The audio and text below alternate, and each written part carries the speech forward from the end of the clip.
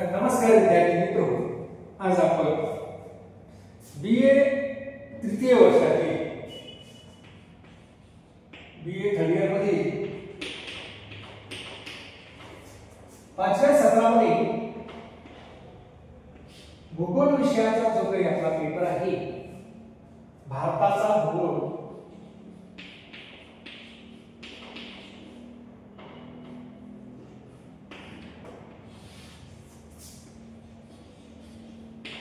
या भारताच्या भूगोलाचा अभ्यास आपण आज करणार आहोत. मित्रो,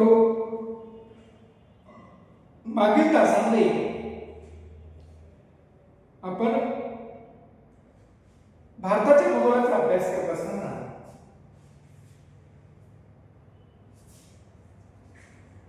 भारताची प्राकृतिक रचना बघत होतो आणि मग या प्राकृतिक रचनेचा विचार करत असताना आपण भारतामध्ये ही जी काही प्राकृतिक रचना तयार झाली त्यामध्ये भारतीय उपखंडाची निर्मिती व उत्क्रांती कशी झाली इथपासून सुरुवात केली आहे आणि मग आजच्या स्थितीला भारताची भूपृष्ठ रचना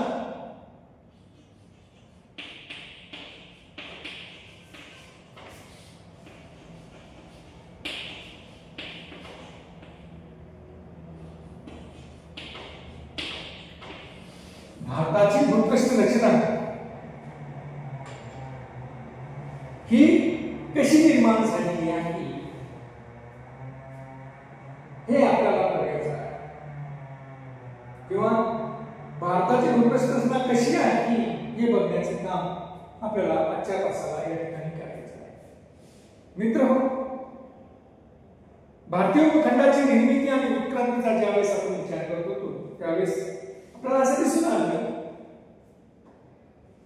की भारताची प्राकृतिक रचना किंवा भूपृष्ठ रचना यावर भूपृष्ठाच्या अंतर्गत भागामध्ये ज्या काही हालचाली आहेत, मग ते ज्वालामुखी असेल किंवा भूकंप असतील किंवा वलीकरण असेल, या सर्वांचा परिणाम भारतीय भूपृष्ठ रचना तयार करण्यावर झालेला आहे. त्याचबरोबर जे काही भारतीय भूपृष्ठ रचनेवर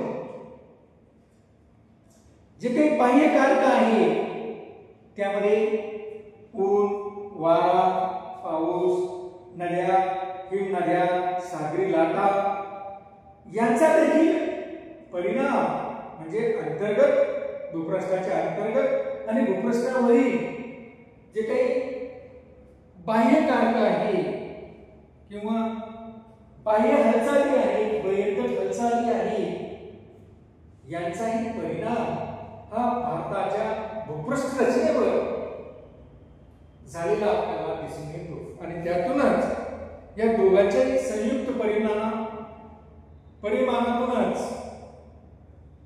या ठिकाणी मग ती अंतर्गत हालचाल असेल किंवा बहिर्गत स्वरूपाची हालचाल असेल, या दोघांच्याही परिणामातूनच या ठिकाणी भारताची भूपृष्ठ रचना किंवा भारताची प्राकृतिक रचना या ठिकाणी तयार झालेली आहे.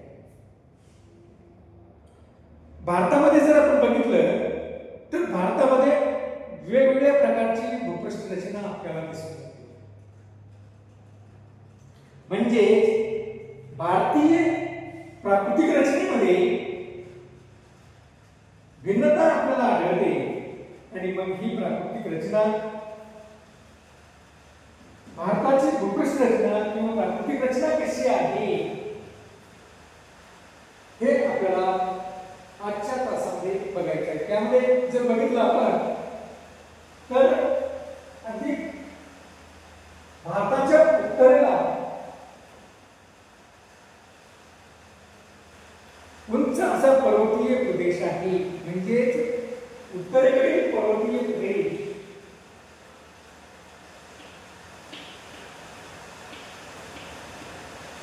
उत्तरेकडील पर्वतीय प्रदेश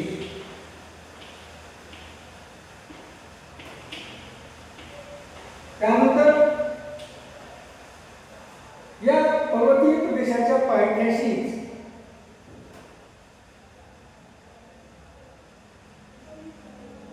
नद्यांच्या माध्यमातून म्हणजे बाह्य हालचालीच्या माध्यमातून एक सपाट असं मैदानी प्रदेश निर्माण झालेला आहे, ज्याला आपण उत्तर भारतीय मैदानी प्रदेश असे म्हणतो. कारण काही भाग हा उत्तरेकडे आहे. उत्तर भारतीय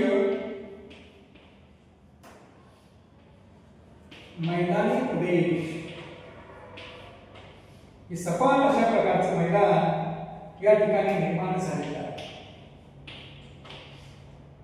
याही पद्धतीची भूपृष्ठ रचना आपल्याला भारतामध्ये दिसून येते.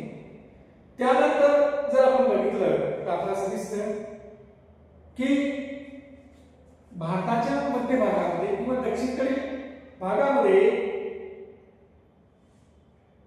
पर्वतीय प्रदेशात उंच नाही, परंतु त्यापेक्षा निश्चित कमी उंचीचा एक उंच भाग की जो सपाट आहे, म्हणजे ज्याला आपण उंच आणि सपाट असणाऱ्या भूभागाला पठार असं म्हणतो. असा पठारी प्रदेश देखील निर्माण झालेला आहे, ज्याला आपण भारतीय पठारी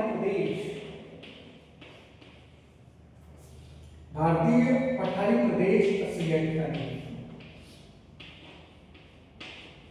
त्यानंतर मित्रहो, या पठारी प्रदेशानंतर भारताला जो समुद्र किनारपट्टीचा प्रदेश लाभलेला आहे, जवळपास आपण जर बघितलं तर आपल्याला असं दिसतं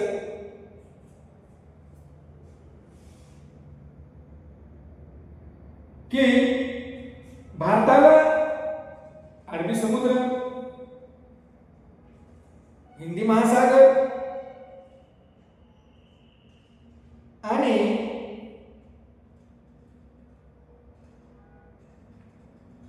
बंगालचा उपसागर हे तिन्ही सागर हे भारताच्या प्रदेशाला लागून आहेत आणि त्यामुळे जवळपास 7,515 किलोमीटर लांबीचा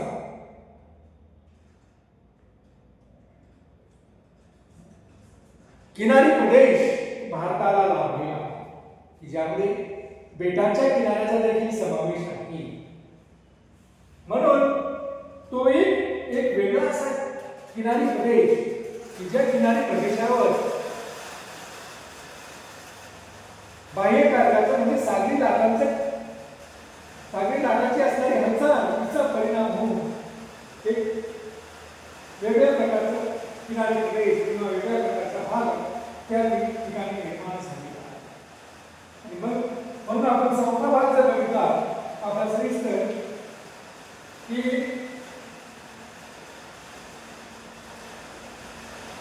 किनारपट्टीचा किंवा किनारी मैदानी प्रदेश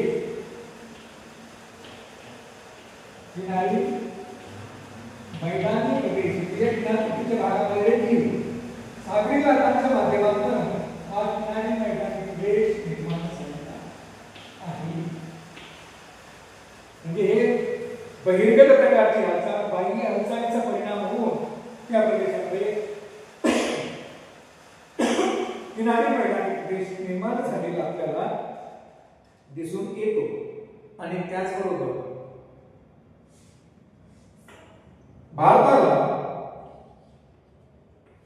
काही बेट देखील लाभलेली आहेत. बेट म्हणजे काय की ज्याच्या चारही बाजूला किंवा ज्याच्या सर्व बाजूला समुद्र किंवा पाणी आहे असा भूभाग म्हणजे बेट, महासागरी बेट. आणि अशा काही बेटांचा देखील भूभाग किंवा अशा काही बेट देखील भारताला लाभलेली आहे.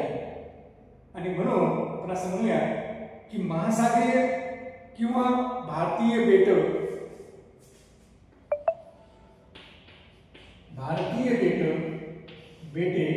हे देखील आपल्याला या ठिकाणी त्यामध्ये अंदमान असेल, निकोबार असेल, दीव असेल, दमण असेल, लक्षद्वीप असेल, अशा प्रकारची वेगवेगळी बेटं ही भारताला लाभलेली आहे.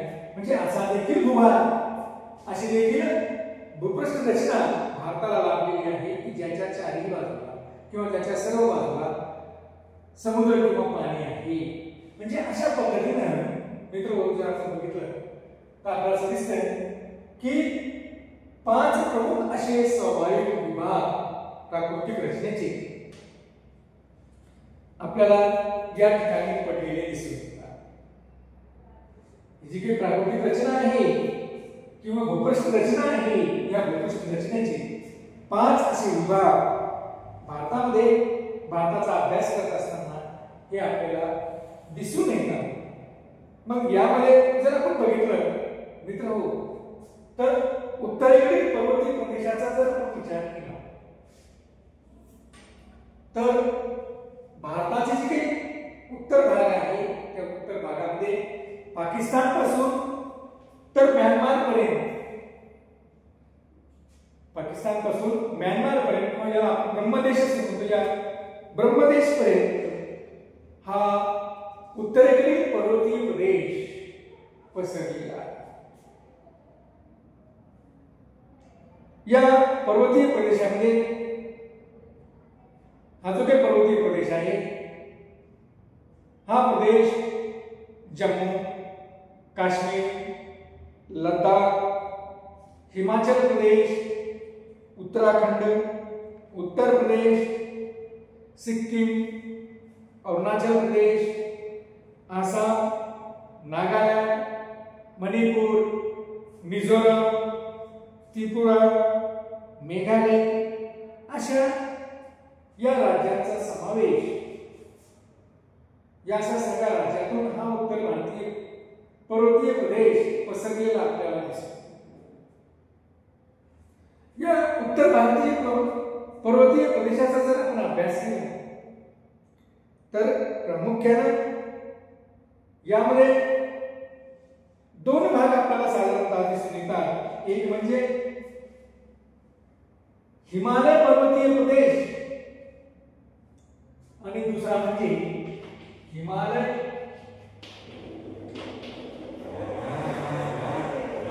पर्वतीय प्रदेश आणि दुसरा म्हणजे पूर्वांचल. बघा, एक हिमालय पर्वतीय प्रदेश दिसतो आणि दुसरा म्हणजे पूर्वांचल. हा देखील पूर्वांचल, हा देखील जो पर्वतीय प्रदेश आहे हा देखील हिमालयाचाच भाग आहे. परंतु उत्तर भारतीय पर्वतीय प्रदेशाचा जर अभ्यास करायचा असेल तर हिमालय पर्वतीय प्रदेश आणि त्याचाच स्थानापूर्वात भारताच्या पूर्वेकडील भागामध्ये असताना जो काही पर्वतीय प्रदेश निर्माण झालेला आहे, हिमालयाचा एक भाग आहे तो म्हणजे पूर्वांचल. अशा 2 विभागांवरून आपल्याला या उत्तर भारतीय पर्वतीय प्रदेशाचा योग्य असा अभ्यास या ठिकाणी करता येतो. त्यामध्ये जर आपण हिमालय पर्वतीय प्रदेशाचा जर विचार केला तर आपल्याला असं दिसतं की हा हिमालय पर्वतीय प्रदेश हा त्यातील बराचसे भाग किंवा या हिमालयातील जी काही शिखरं आहेत किंवा जो काही भाग आहे त्याचा उंच असा हिमालयाचा तो नेहमी हिमाच्छादित असतो. त्याच्यावर नेहमी हिमाचं अलय असतं, म्हणून त्याला आपण हिमाद्री, हिमाचल किंवा हिमालय असे या ठिकाणी म्हणतो. आणि म्हणूनच आपण पाहतोय की अशा या पर्वतीय प्रदेश जो हिमालयाचा आहे याचा अभ्यास आपण येणाऱ्या तासापासून या ठिकाणी करणार आहोत. धन्यवाद.